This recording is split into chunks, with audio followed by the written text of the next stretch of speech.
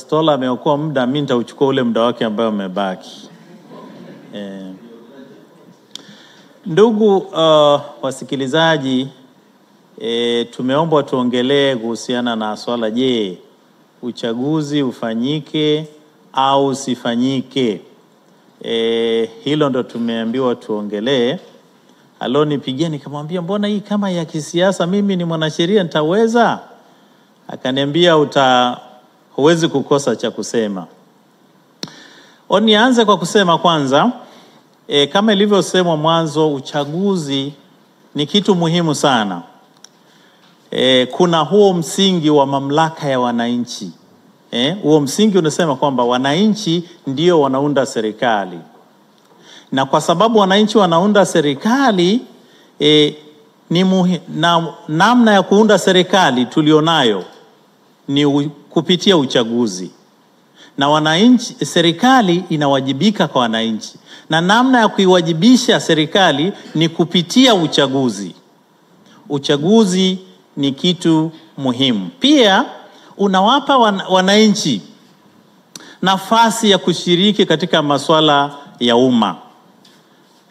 Wawe na ukaribu, wawe na uhusiano fulani na serikali yao. Halafu pia uchaguzi unatoa nafasi ya kutatua matatizo yaliyopo ya kisiasa, ya kiuchumi, ya kijamii, ambayo inabidi wananchi wabadilishe serikali kama itahitajika ili waweze kutatua hayo matatizo. Lakini pia nilitaka kusema, nipitie kidogo, kuna mkataba wa Umoja wa Afrika AU kuhusiana na demokrasia, uchaguzi na utawala. Mkataba huu umeainisha misingi au principles zinazohusiana na uchaguzi, ambazo ningependa niziseme kwa haraka na muda hakuna. Kwanza wanasema ni muhimu kuanzisha taasisi ambayo ni thabiti na huru ya kusimamia uchaguzi. Halafu pili, ni muhimu kuwe na mfumo wa kutatua migogoro ya uchaguzi ambao ni mzuri, thabiti. Halafu tatu, wanasema ni muhimu wagombea wote kwenye uchaguzi wapewe nafasi kwenye vyombo vya habari, hasa vya dola. Mimi huwa nafikiria isiwe dola. Tunatakiwa kuandika sheria yetu hata vyombo vya binafsi, kwa sababu usimpe mtu mmoja nafasi ya kutumia fedha na kuweza kushinda. Kama wewe una TV yako binafsi, unatoa nafasi kwa mtu fulani kujitangaza, inabidi ulazimishwe kuwapa wote nafasi. Na hiyo huwa ni mawazo yangu. Kitu kingine ambacho wamekisema, huu mkataba ni vizuri kuwe na kanuni za maadili. Hivyo hizi kanuni za maadili ambazo mmesikia, nadhani zimetokana na hii recommendation ya huu mkataba wa Afrika. Pia SADC nao wana mwongozo wa uchaguzi. Wao wanasema nyingi sana, nitasoma chache. Mojawapo ni kwamba lazima wananchi wapewe nafasi ya kikamilifu kushiriki kwenye uchaguzi. Pia lazima kuwe na uhuru kwa kushirikiana, kama vyama vya siasa vikitaka kushirikiana, ukitakiwa kuunda chama cha siasa ili ushiriki kwenye uchaguzi, hiyo haki inatakiwa kutolewa. Pia ya tatu, wanasema kuwe na uvumilivu wa kisiasa, political tolerance. 4, wanasema kwamba lazima vyama vyote vipewe nafasi kwenye vyombo vya habari kujitangaza sera zao. Wapewe nafasi. Sio kwamba labda kuna chama kimoja tu kinapewa nafasi, wengine hawatangazwi. Okay. Pia kuwe na elimu ya wapiga kura, ni muhimu itolewe. Yapo mengi, kwa sababu sina muda. Haya ndiyo mimi nimeona kwamba ni muhimu. Tutakavyokuwa tunajadili masuala ya uchaguzi wetu, ni muhimu kuyakumbuka haya masuala, kwamba inasisitizwa kuwa na taasisi huru inayosimamia uchaguzi. kuwe na mfumo mzuri wa kushughulikia malalamiko ya uchaguzi, na pia vyama vyetu vya siasa lazima vipewe nafasi sawa bila upendeleo. Sasa baada ya kusema hivyo, kwa haraka ndugu wasikilizaji, niseme mwaka jana kulitungwa sheria kuu mbili. Kuna hii sheria ya uchaguzi wa uraisi, ubunge na udiwani. Alafu pia kuna sheria ya tume huru ya uchaguzi. Mabadiliko hayo yaliyofanywa sheria, kama mnavyoelewa, kuna maoni kwamba hayajatosheleza, bado kuna malalamiko. Mojawapo lalamiko kubwa kama ambavyo mnajua ni kuhusiana na uhuru wa tume ya uchaguzi. Watu wanasema hii sio tume huru, ingawa inaitwa tume huru ya uchaguzi. Na tumeambiwa tuchambue kwa hoja zinazotokana na je, tuwe na uchaguzi au la. Hapa kuna pande mbili hasa. Upande mmoja ni upinzani, hasa chama cha Chadema ndio wamekuwa wakiongelea sana hizi hoja. Hoja mojawapo ni kwamba wanasema lazima kufanyike mabadiliko ya kikatiba na kisheria kuhusiana na tume ya uchaguzi au tume huru ya uchaguzi, na pia iundwe upya wanavyosema. Pili, wanasema wapiga kura waandikishwe upya.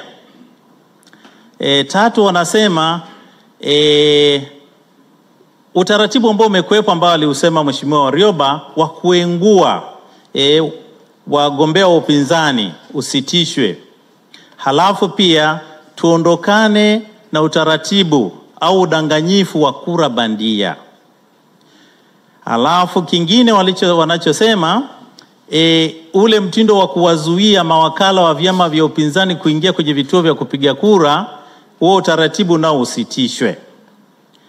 Kingine wanasema wakurugenzi wa serikali za mitaa na watumishi wa serikali wasishirikishwe kwenye uchaguzi.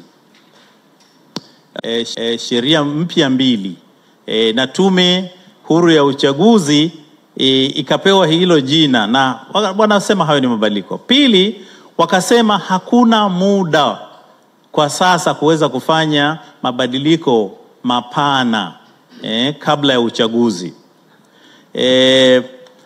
Wao kwa kawaida kwa ujumla wanasema uchaguzi ufanyike kufatana na sheria zilizopo sasa hivi, na jinsi ulivyopangwa utafanyika mwisho wa mwezi. Sasa kwa kifupi na ndugu wasikilizaji, kuna namna ya kuangalia hii. Kwa maoni yangu, ukiangalia hizi sababu ambazo za malalamiko, unaweza kuzigawanya kwenye sehemu mbili. Moja, inahitaji mabadiliko ya kikatiba na kisheria, hasa swala la tume kuundwa upya. Inahitaji kwanza tubadilishe katiba na inahitaji tubadilishe sheria. Hilo ndio naliona mimi moja tu ambalo linahitaji mabadiliko ya katiba na kisheria. Haya mengine ya kuzuia labda mawakala, kura bandia na mengine, haya ni masuala ya kiutendaji. Hayahitaji mabadiliko ya sheria, kwa sababu hakuna sheria inayosema kura bandia kama zipo zinatakiwa kuletwa. Hakuna sheria hiyo. Ni masuala ambayo ni ya kusimamiwa, kutekeleza sheria kwamba hivyo vitu visifanyike. Mawakala waruhusiwe kuingia, watu wasienguliwe. Hakuna sheria inayosema kwamba waenguliwe. Haya yote kwa kiasi kikubwa, haya ni masuala ambayo yanaweza kutatuliwa na uongozi kwa kufanya maamuzi na kutoa maelekezo kwamba watu wasienguliwe, kusiwe na kura za bandia, tukaweza kwenda mbele. Sasa baada ya kusema hivyo, mapendekezo yangu, na Mheshimiwa Warioba hapa amesha tu preempt kwa sababu ameshasema yote, kwamba inafaa kuwe na mkutano. Mwalimu wangu Profesa Fimbo alisema kwenye maandishi yake moja, alisema kwamba uchaguzi wa mwaka 2020 huu haukuwa uchaguzi. alisema kwa kutumia lugha yake, alisema it was a caricature of election. Ilikuwa ni kama kinyago, kitu cha sio uchaguzi, ilikuwa ni kitu ambacho kilifanana na uchaguzi wa mwaka 2020. Nafikiri kwa mawazo yangu yafaa kama taifa tusirudie ile aibu, tufanye uchaguzi wetu uwe mzuri, na isiwe kwamba tunapata taswira mbaya kwamba sisi tunafanya uchaguzi tunarushiana mawe. Nadhani Tanzania ilishapiga hatua sana kwenye masuala ya utawala.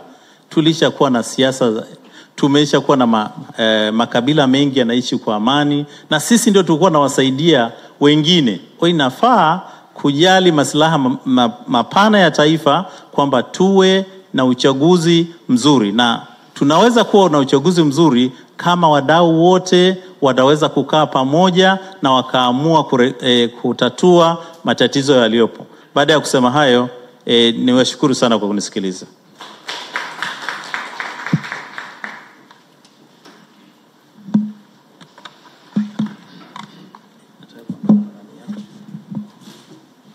Nishtoka kukazisha dokta kwa sababu alikuwa anatoa na mapendekezo kabisa na resolution. Sijui raportu ameyasikia hayo, lakini mwisho wa siku lazima kuwe na mwafaka. Kuna kitu ametaja kinaitwa African Charter on Democracy, Election and Good Governance. 2007 tulifika sehemu tukasema hii mikataba ya kimataifa haifanani na sisi wa Afrika tutengeneze ya kwetu.